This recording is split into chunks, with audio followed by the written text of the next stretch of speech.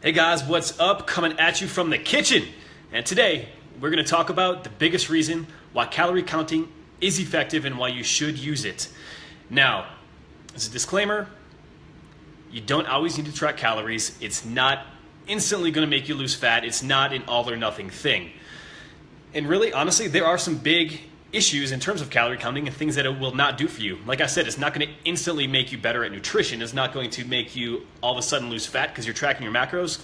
No, that's not the case. Honestly, at best, it's an inexact science. At the basic level, even soil levels are changing, food preparation changes, and a lot of times when you're trying to measure something, whether it be at a restaurant or at home, we don't have exact perfect measurements, and thus amounts will be a little bit skewed. So even if you think you're having 200 grams of protein, might be 180, or you think you're having 40 grams of carbs, it could be 60. It's inexact at best. Even further, we don't absorb everything that we put in our body. People are going to have different gut biome, things are going to digest a little bit differently if we have fiber, if we have proteins. All these different things are going to play a different role on how we're actually absorbing food and how many calories we're actually taking in from the food despite what it says in the label. But there's a reason calorie counting is important. And without ever tracking your calories, you're not really going to have any idea where to start or where you truly are at for calories. So what that means, awareness. And there's kind of an old coaching saying, if you're not assessing, you're guessing. And while that applies directly for looking at movement competencies and strength and speed and all these different parameters, it also applies to nutrition. So if you're never tracking nutrition, you're never really going to know where you're deficient. Now, somebody who's been, who tracked nutrition in the past for years and has a great awareness on what a serving size looks like, yeah, they might be all right. But for most of us, if we're not tracking, we really don't know how many calories we're at. So with that, I'm going to show you guys just a couple little serving sizes and really what that means in terms of calories.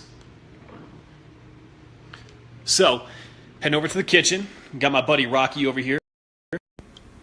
Mad, because I've got peanut butter out.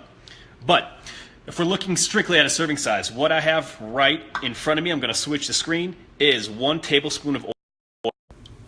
So that is not very much at all. That's 120 calories. And think of the last time you're cooking up a stir fry or something that had oil in it.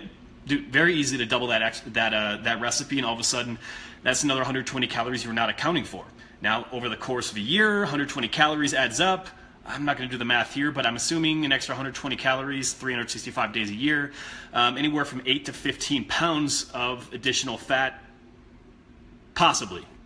Now, another example, my favorite, and the reason Rocky is sitting by my feet, peanut butter. So, if you're like me, and you have peanut butter, it probably looks like that. Just a big, heaping, monstrous gob of the stuff, right? Now, that's a serving and a half of peanut butter.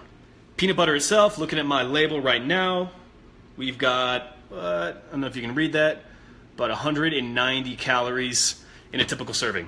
So, because we have an extra one, at almost 100 calories, boom, 280 calories versus 190.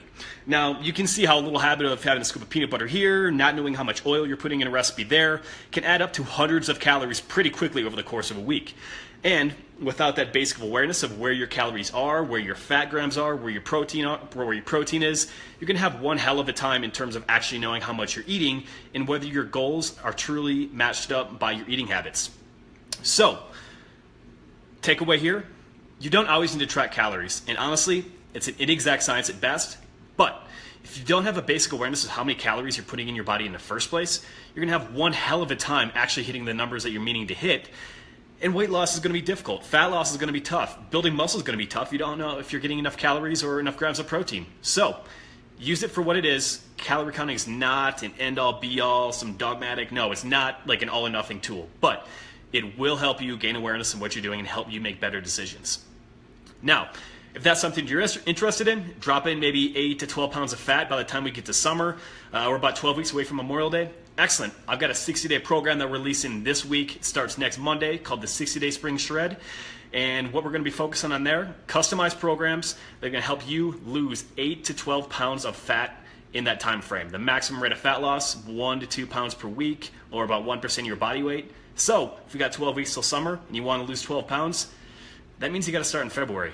I hate to be the bearer of bad news, but on the other side, the program might be right for you. So if you're interested, hit like, and I will hit you guys up with the details. And once again, thank you for being here.